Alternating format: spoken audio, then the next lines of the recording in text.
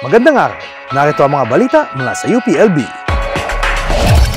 National Biotechnology Week pinangunahan ng CHED at UPLB. Paghahanda ng UPLB sa darating na eleksyon, umarangkada na. University Health Service, bahagi na ng Laguna Healthcare Provider Network.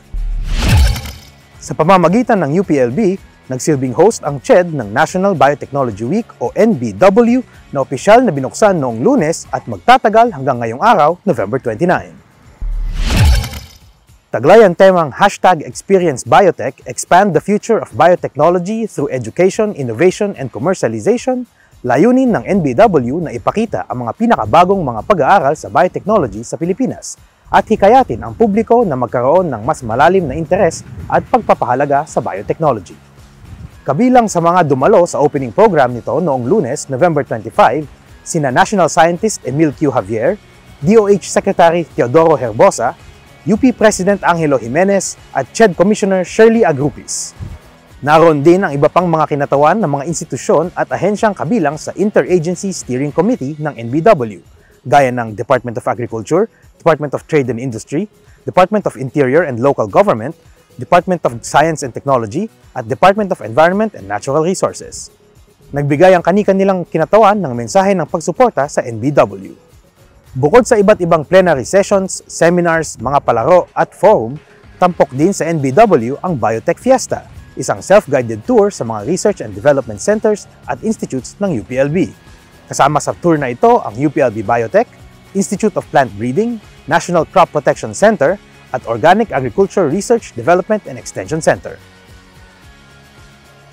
Ang National Biotechnology Week ay ginaganap taon-taon tuwing Nobyembre upang ipaalam sa publiko ang kahalagahan ng biotechnology sa seguridad sa pagkain at agrikultura. Nagsimula na nga ang paghahanda ng UPLB at probinsya ng Laguna para sa darating na midterm elections, partikular na sa pamamagitan ng isang seminar na ginanap noong Lunes, November 25. Tampok sa hybrid seminar na dinaluhan ng mga kabataan mula sa iba't ibang paaralan sa Laguna, sina GMA Senior News Reporter Sandra Aguinaldo at Assistant Professor Miguel Aizon ng Department of Social Sciences ng UPLB. Tinalakay ni Aguinaldo kung paano maaaring iwasan at labanan ang pagkalat ng disinformasyon at misinformasyon, lalo na sa darating na halalan. Tinalakay naman ni Aizon ang kaysaysayan at kasalukuyang kalagayan ng politika sa bansa at ang kahalagahan ng eleksyon sa demokrasya. Samantala, ipinakilala naman ni galing UPLB host at Assistant Professor RJ Galang ng Department of Development Broadcasting and Telecommunication o DDBT ang Bantay Halalan Laguna, na isang matagal ng programa ng College of Development Communication na naglalayong tiyakin ang pagbibigay ng tama at pinaka-kinakailangang impormasyon ukol sa halalan sa Laguna. Ginawa ang nasabing seminar sa ilalim ng Department of Development Journalism Seminar Series at Bantay Halalan Laguna ng DDBT. Layunin nito na ihanda ang mga mag-aaral at kabataan para sa pagbabantay ng 2025 midterm elections.